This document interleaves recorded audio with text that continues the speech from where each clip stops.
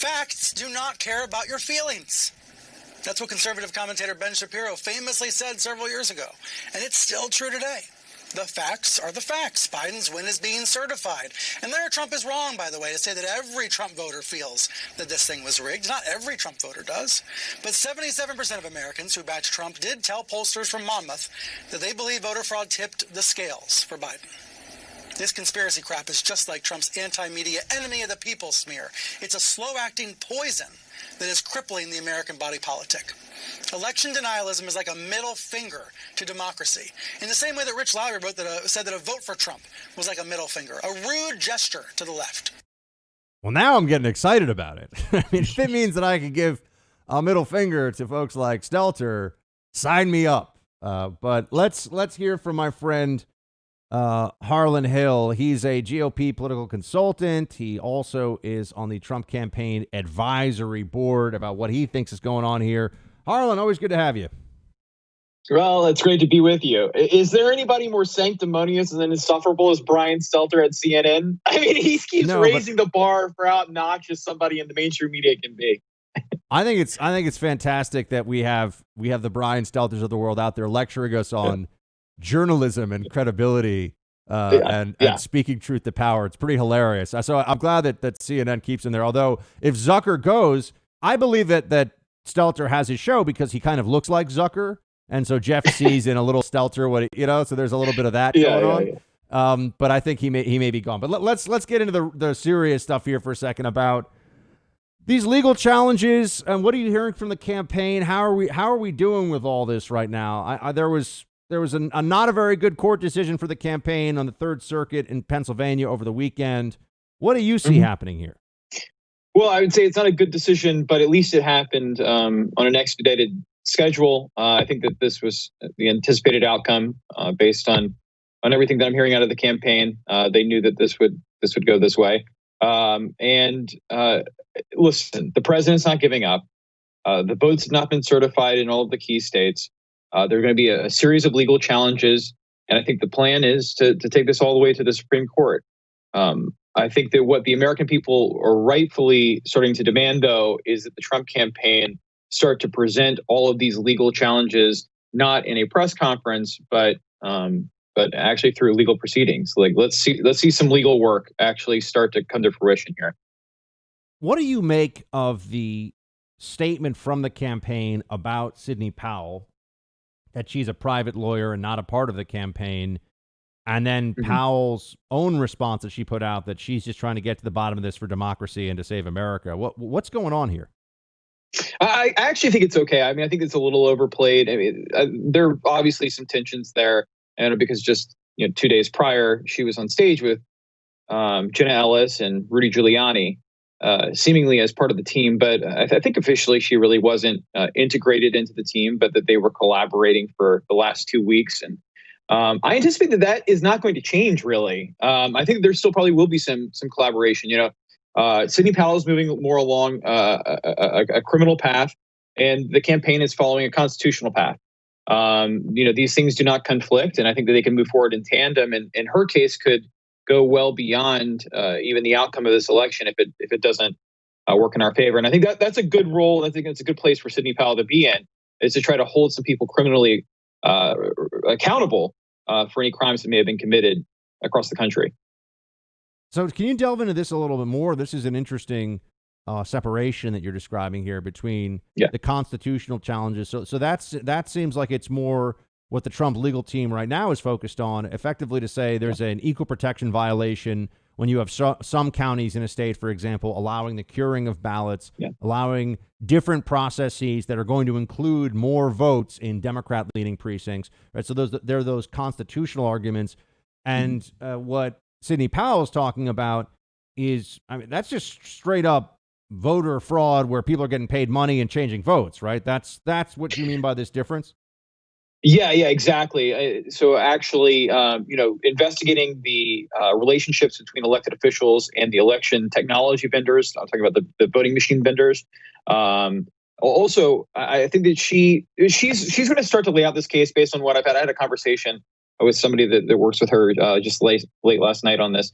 I don't think Sidney Powell is going to fall into the shadows here. I think she's just doubling down, and in many ways, I think it benefits the Trump campaign to follow this dual road strategy, so that she can act more unilaterally and not encumbered by the campaign hierarchy that needs to be a little more conservative in its messaging, as it's representing the president personally.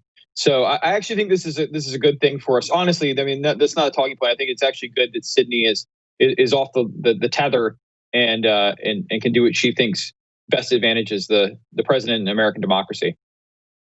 We're speaking to Harlan Hill. He's a political strategist, consultant, and also an advisor or on the advisory board of the Trump campaign.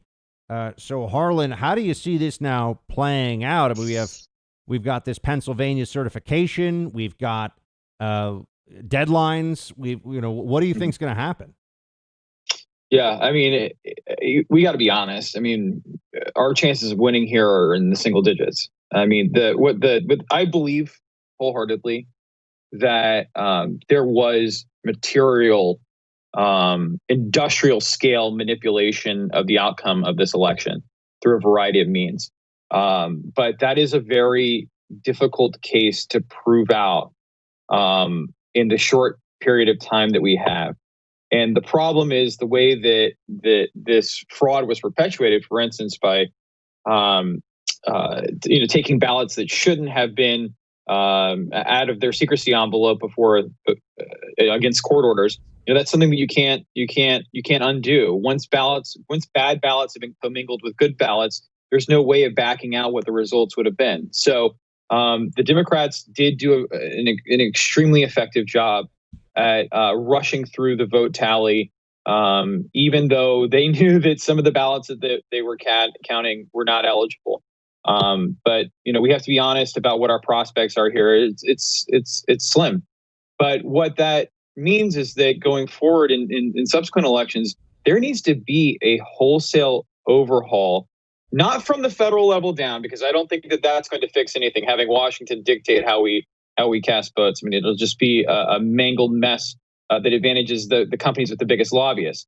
But there need to be conversations in each of these states about how we rectify this, because if we lose faith in our democracies, especially now when we've lost faith in so many other institutions, that does not spell well for the law and order on our streets. How are we looking in Georgia? I'm seeing some troubling news stories about the amount of effort that Democrats are putting into trying to turn those two seats blue, those two Senate seats. And I do have a concern here that Republicans are so fixed on the election outcome, which is obviously very important, the presidential election outcome, that maybe there's not necessarily the focus there needs to be on making sure that those two Georgia Senate seats go red. Because, if you do have a Biden administration, but you have a Republican Senate majority, we can weather that storm for 2 years pretty well. It's not going to be pleasant, but it's not. If they take control of the Senate, I think, Harlan, you and I would have to agree it's bad news. We got big problems.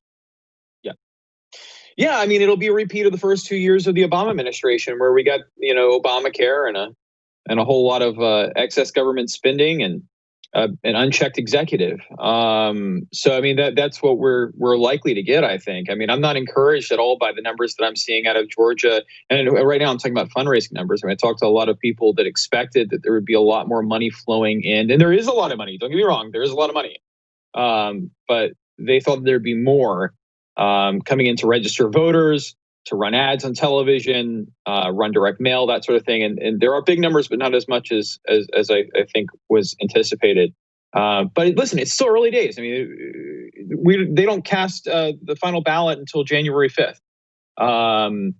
So I think a lot of people, at least in our world, in big donors, they've been tapped, they've been dry, they've been drained dry over the last 4 years by the re-election effort, and they're probably feeling a little bit of shock because the election hasn't turned out to as positively as we expected. And so, but Buck, I'll say this: do you know the Georgia teams, Harlan? I mean, I know you know this world. I do. Yeah, and actually, do you know the Georgia team? Are they pretty good? The GOP side? Yeah, no, they're all very competent. I mean, the campaigns are very good, and there are a lot of outside PACs that are playing down there that are going to that are doing really good work. Actually, we did a PAC down there to help Loeffler at least get to this runoff. But I'll say this: even if we do lose the Senate, in some ways, as we're looking to reignite the fire within the conservative movement here to define what the future of the Republican Party is, letting Democrats run hog wild for 2 years, it will be a repeat of the Tea Party in 2010. But unlike then, we do still have a leader at large, and that will be President Trump. And I think that he will be extraordinarily effective at defining what the future of the party is and who the future leaders are. So I don't think all hope is lost, even if this doesn't work out. But I mean, every Republican that's living in adjoining states should be flooding Georgia on the weekends to go knock doors and make phone calls because it's critical. But even if it doesn't work out, I think Democrats have always been remarkably effective at wasting a really good opportunity. There's going to be so much infighting within the party. You have people like AOC saying, "Look, we have full control of the House, the Senate, and the White House. Green New Deal," and all this just wild and crazy stuff that American voters did not. They're going to reject wholesale. So we'll make the best of the situation either way. All right, Harlan Hill, everybody, political consultant and advisor to the Trump campaign. Good to talk to you, my friend. Thank you.